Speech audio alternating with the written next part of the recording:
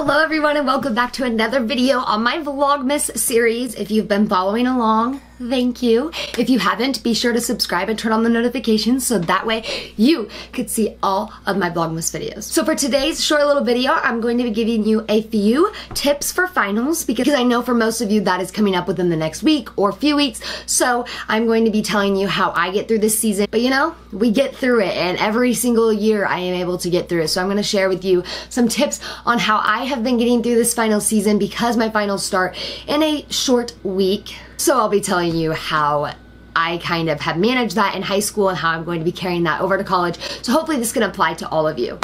So the first tip I find that is very helpful is to make a master checklist of everything I need to do. Teachers love to pile on all the assignments and projects and papers and speeches right at the end, and I know that's really stressful, but I'm going to show you how I get through it. So the first thing is to make a master list. So here is what mine looks like. This was my end of the semester to-do list. As you can see, most things are checked off, but what I do is I go through each class and I color code it. Just seeing it all out on paper is very helpful, even if you don't do anything with it, because it kind of gets your mind in the mindset that like, this is what I have to do and this is how I'm gonna get it done. So going into point number 2 is scheduling your times that you are going to study. And this may seem really redundant, like you're like, well, duh, but no, I mean, like you think through your day and you think, okay, from 11 to 12, I don't have anything, or from 5 to 6, I don't have anything. And instead of just saying, I'm going to study, put down what you're going to be doing. So whether it be making note cards for your science class or practicing the math problems, I find that when you schedule in a time to do a specific thing, it gets done. I know when I sit down and I think, okay, I have an hour, what am I gonna do? If I don't have it planned out exactly what I'm going to do, then it stresses me out and I feel really anxious. So part of that is going back to your end of semester to-do list and just finding what can I do in this amount of time. And my third and final point, what I found has been the most helpful thing as I have been in college is to make checklists with checkpoints for each day. So what I did was I took my master list, going back to point number 1, Monday's goals, and you put everything that you want to get done on Monday. So it just kind of helps prioritize, but you have to be specific. That is the key. Because what I do is I will write, if I have a whole paper to write, I will say on Monday, I at least want to write paragraph number 1. And that way when I sit down, I don't have it lingering over my head like how much of this can I do? Because I think all I have to do is paragraph number 1 or I will be on track.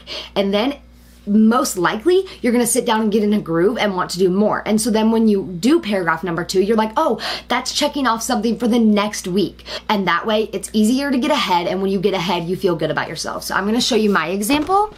So this was Sunday, and these were all the tasks that I had to do on Sunday. So for example, I have a big portfolio project that I had to do. So instead of saying work on the portfolio, I said make dividers and start writing up these obituaries that I have to write for my portfolio. It's about a newspaper, by the way. So that way I know exactly what I'm doing with the portfolio. So the similar thing for Monday, and then on Tuesday, and then I have all the way until the next Monday. So this is kind of good for short-term goals with long-term planning.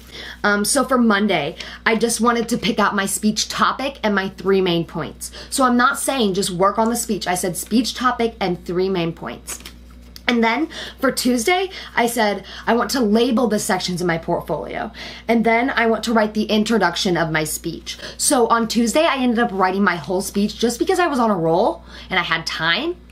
So I felt good. So I was able to check that off because that was also on Wednesday, Thursday, Friday, and Saturday's lists. So I was able to check off one little thing off of each list because I got in the because I was motivated. But the only reason why I was motivated is because I sat down with the mindset that I don't have to do all this right now. So I hope that gave you guys a little insight on how I plan for finals and how I survive final week. Of course, there's the little things like know how you like to study. I know those little things and I guess I can mention them, but I just wanted to give you specific ways that I have been able to study and I have been able to get things done when I'm super duper stressed, because you look up a lot of things on the internet and all it says is know how you study, make note cards. Like, yeah, that stuff's helpful, but if you don't have a plan in action, you're not gonna get things done. So I hope you guys love this video and I hope you all do wonderful on your finals. If you try out these tips or if you have your own tips, please let me know. I'd love to hear them. And be sure to subscribe so you see all the rest of my Vlogmas videos. Happy holidays!